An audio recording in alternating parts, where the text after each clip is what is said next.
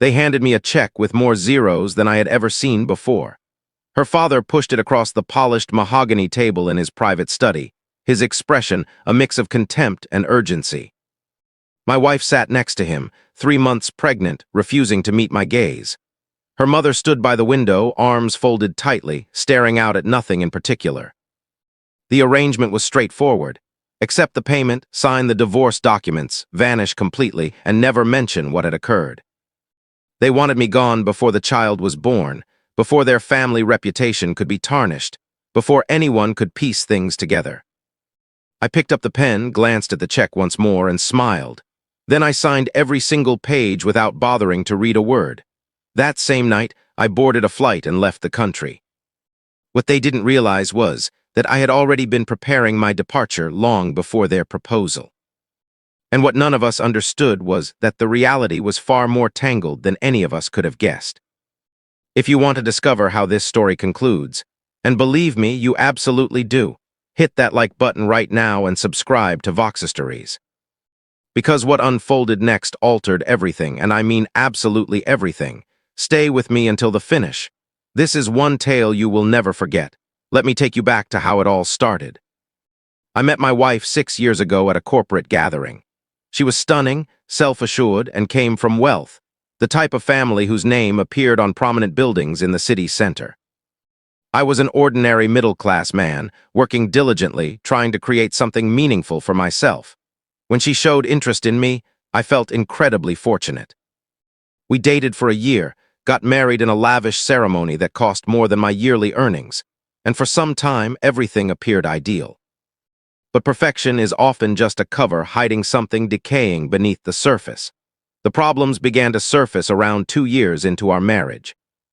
She grew distant, constantly glued to her phone, and frequently had sudden plans with friends I had never encountered.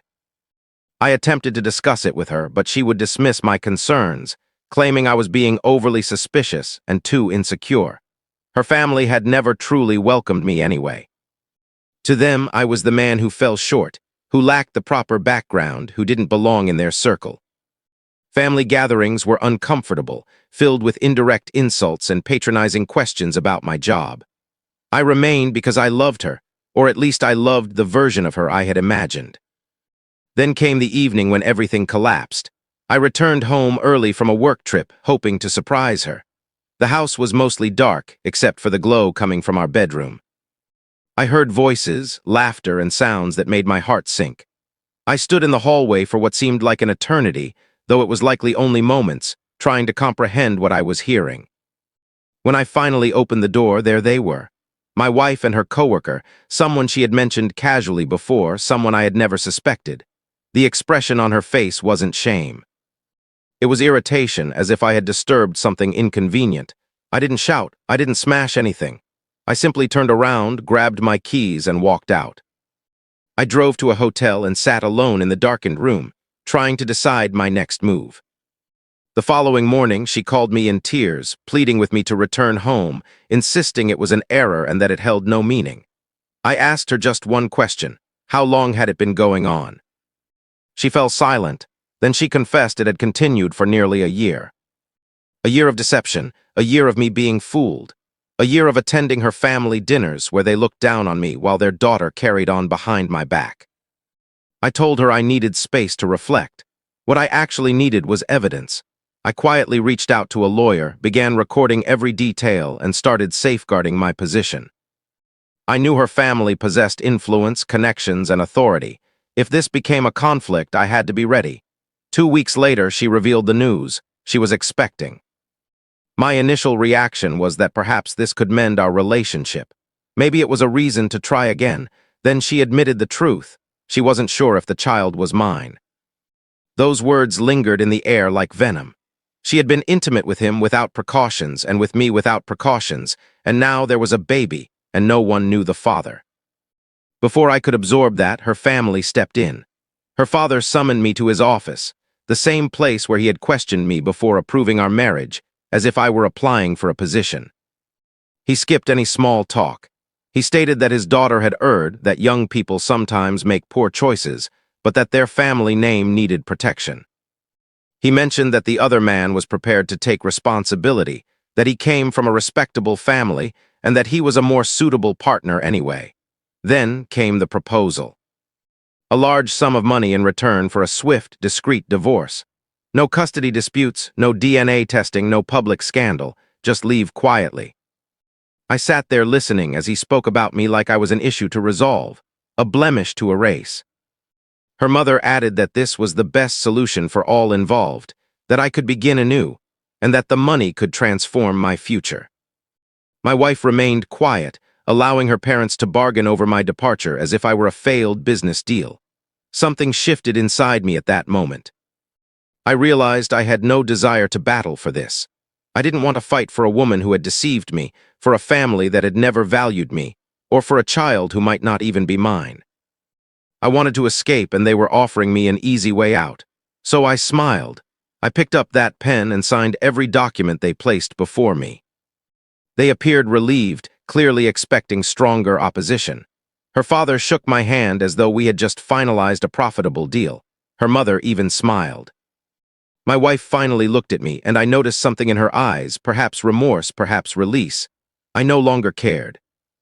I took the check, returned home, packed 2 suitcases with what truly mattered, and reserved a one-way flight to Southeast Asia. By midnight, I was at the airport. By dawn, I was thousands of miles away. If you're still watching, leave a comment and share your thoughts so far. Would you have accepted the money? And if you haven't subscribed to Vox's stories yet, why wait? Hit that subscribe button because this story is about to become even more intense. I arrived in a country where no one recognized me, where I could finally breathe without the burden of their disapproval, where each day felt like a fresh beginning. I rented a modest apartment close to the beach, nothing luxurious, but it belonged to me. I began working as a freelancer, using my abilities for remote projects. The money they had given me remained untouched in my account. I didn't need it immediately, and truthfully, I wasn't sure I wanted to spend it. It felt tainted, like compensation for my embarrassment. But it was there, a backup plan, a reminder that I had left on my own conditions. Weeks went by. I started sleeping more peacefully, eating healthier, and even smiling again. I formed friendships with local people, picked up some of the language, and began discovering the area. I avoided social media entirely and made no contact with anyone from my previous life. I was truly rebuilding. Then, roughly 2 months after my departure, I received a message from an old friend back home.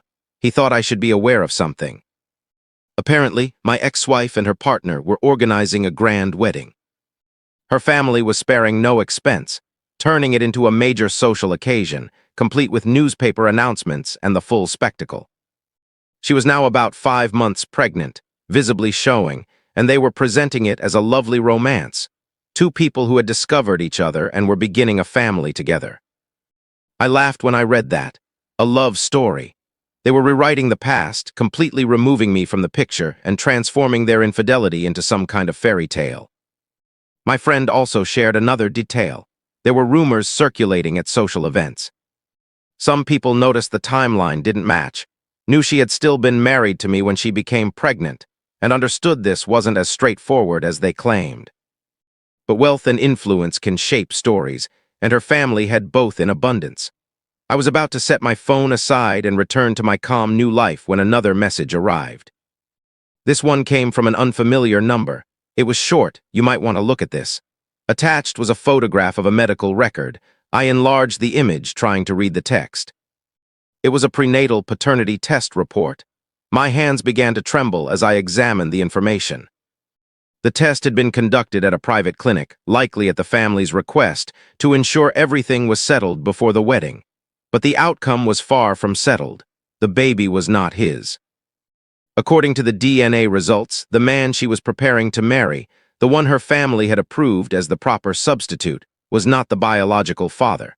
My thoughts raced. If it wasn't his, then whose? Was it mine? Or was there another person, another hidden layer to this mess that no one had discovered? The document didn't specify. It only confirmed what the baby was not. I stared at that photo for hours, debating what to do with this knowledge. One part of me wanted to forward it to everyone, shatter their flawless story, and watch their carefully built lies fall apart. But another part, The part that had discovered peace in the last 2 months didn't want to return to that poisonous environment. I slept on the decision. The next morning, I woke up to countless messages. My phone was overwhelmed. Apparently, I wasn't the only one who had received that document. Someone had distributed it widely, to relatives, friends, social groups, and possibly even the press. The wedding arrangements fell into disarray. Her family was desperately trying to manage the crisis, releasing statements about privacy breaches and fabricated information. But the truth had emerged, and it was spreading rapidly. The man she was supposed to marry was outraged. He publicly ended the engagement, claiming he had been deceived and used. Her family's reputation, the very thing they had paid me to safeguard, was collapsing in public view. My phone rang. It was her father. I stared at the screen, wondering whether to answer. Eventually, I picked up. He didn't greet me. He immediately began shouting, blaming me for leaking the document, for destroying their family, for being spiteful and heartless. I let him finish, then calmly explained that I had nothing to do with it. I had been living halfway around the world, minding my own business, not sparing them a thought. The silence on his end was heavy. Then he asked a question that surprised me. "Is the baby yours?" I answered honestly. I didn't know. We had never conducted a paternity test. I had signed away my rights before anyone considered checking.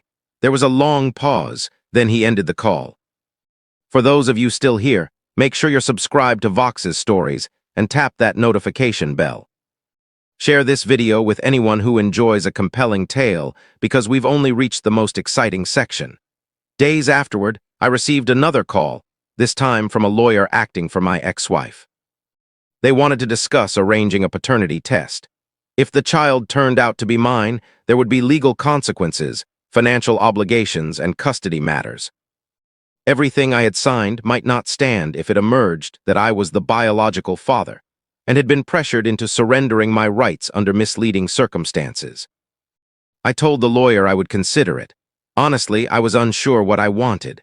Did I want to be connected to a child conceived through betrayal? Did I want to remain linked to these people for the next 18 years? Did I want to reopen wounds that were finally beginning to mend? I spoke with a local friend I had made, an older gentleman who owned a cafe near my apartment. He had experienced his own life challenges. He listened patiently, then offered something straightforward yet meaningful. The real question isn't what they want or what seems fair. The real question is what kind of man you want to become and what you can live with peacefully. That night, I reached my decision. I agreed to the paternity test, but only on my conditions. I would return, complete the test, and receive the results. If the child was mine, I would take part in their life. Not because I owed anyone anything, but because every child deserves to know their father.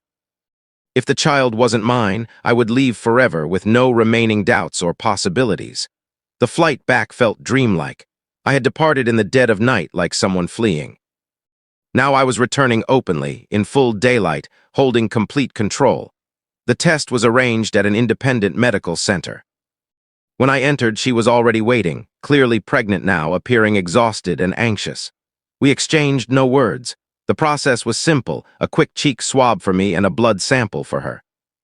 The doctor informed us the results would arrive in about a week. I stayed at a hotel, keeping to myself, and waited. 6 days later, the call came.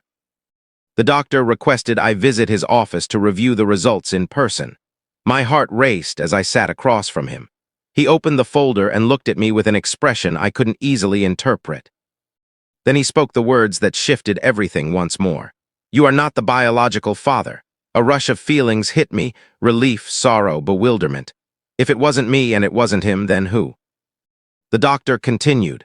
"However, there is something additional you should be aware of. We performed extra genetic markers due to certain irregularities. It seems the biological father shares strong genetic similarities with the other man who was tested earlier." It took me a moment to grasp his meaning. Then the realization struck. The biological father was a relative of her former fiancé, a brother, a cousin, someone from his own family.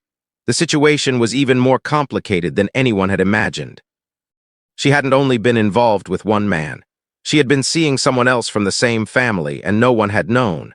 The doctor gave me the complete report. He explained that he was required to share this information with all concerned parties, because of the legal aspects of the testing. I left that office feeling as though I had watched a slow-motion disaster unfold. This was no longer my concern, but I knew the consequences would be explosive, and I was correct. Within 24 hours, the news erupted. The other family descended into turmoil. Accusations flew in every direction and bonds were shattered. My ex-wife's family went completely silent, refusing any public statements. She vanished from all social platforms. The entire episode became a warning story in their social world, discussed quietly at gatherings and hinted at indirectly. As for me, I was completely free. Legally, emotionally, and entirely liberated. I returned to my new life with a clear mind and the closure I hadn't realized I needed. The money they had given me, I donated half to a children's charity and used the remaining half to launch a small business. I wanted to create something that was truly my own, something completely separate from them or that past chapter. Months went by. I learned through mutual contacts that she had given birth, that her family was supporting her as a single parent, and that the actual father, whomever he was, had stayed away. I felt sympathy for the child born into such turmoil, but I also understood it wasn't my duty to resolve it. I had been offered an escape twice, and I had accepted it both times. Some people might criticize me for that, claiming I should have struggled more or shown greater concern. But here's the truth. You cannot give what you no longer possess. That marriage, that family, and that entire situation had exhausted me entirely. Leaving wasn't surrender. It was choosing myself, choosing tranquility, and choosing a future not constructed on deception and disloyalty. A year after I departed, I met someone new, someone gentle, truthful, and free of any secret motives or family complications. We moved slowly, establishing a base of trust and open communication. I shared my entire past with her, expecting her to distance herself. Instead, she appreciated my honesty and said my experiences proved I understood my own value and wasn't afraid to begin again. That was the moment I knew I had truly healed. I was no longer defined by what had happened to me, but by how I had chosen to respond. If you've stayed with this story until now, thank you for remaining with Vox's stories. Leave a comment below and share your opinion. Was I right to walk away? Should I have managed things differently? And please, share this video with anyone who might benefit from hearing it. Sometimes the greatest form of revenge isn't revenge at all. It's creating a superior life and refusing to look backward. Now here's what I gained from this experience, and I hope it assists someone else facing a similar challenge. First, recognize your own value. When people reveal their true nature, trust that revelation immediately. I spent too much time making excuses for actions that couldn't be justified. Second, money cannot repair betrayal. Her family believed they could pay me to vanish, and that would resolve everything. But betrayal creates damage that no amount of money can erase. Third, the truth eventually emerges. They attempted to hide it, reshape the narrative, and manage the story. But truth has a habit of surfacing at unexpected moments. And finally, beginning again isn't defeat, it's bravery. It requires real strength to leave behind what is familiar, even when that familiar place is harmful, and to construct something new. I still live overseas. I still operate my business. I am still with the woman I met, and we are planning to marry next year. My life isn't flawless, no one's is, but it is genuine. It belongs to me, and it rests on a foundation of honesty and self-respect. I have no regrets about signing those documents. I have no regrets about accepting the money. I have no regrets about leaving. Because every part of it guided me to this point. A place where I am sincerely content, where I rest peacefully at night, and where I no longer worry about the next deception appearing. As for my ex-wife and her family, I don't follow their lives. I heard that her father's business suffered after the scandal, and that their social position never fully recovered. I heard she eventually relocated to another city to avoid the whispers. I hope she is managing, not for her own sake, but for her child's sake. Children don't select the conditions of their arrival, and that baby deserves an opportunity for a good life, regardless of the circumstances. The man she was supposed to marry, I heard he eventually moved forward too, married someone else, and severed connections with whoever in his family had been involved. The entire ordeal left marks on everyone it affected, But marks are simply evidence that you endured something, and sometimes enduring is the biggest triumph. I endured betrayal. I endured manipulation. I endured having my value questioned and my dignity tested. And I emerged on the other side stronger, wiser, and more confident about who I am and what I deserve. So if you're watching this and you're stuck in a situation where you feel trapped, where you feel you have no choices, where others are telling you what you must accept or tolerate, I want you to understand this: you always have a choice. It may not be simple, it may be frightening, it may require leaving behind everything familiar, but you do have a choice, and choosing yourself is never selfish, it is essential. You cannot live a complete life if you are always suppressing your own light just to keep others comfortable. You cannot create real happiness on a base of lies and concessions. Thank you for watching this story on Vox's Stories. If you liked it, hit that like button and subscribe to the channel. Enable notifications so you don't miss any future stories. Comment below with your thoughts, your own experiences, or your suggestions for anyone dealing with something similar. And share this video, because you never know who might need to hear it right now. Remember, your story doesn't end just because one chapter concluded poorly. Sometimes the greatest chapters are the ones you write after you close a harmful book. I'll see you in the next story. Take care of yourself, know your worth, and never hesitate to begin again.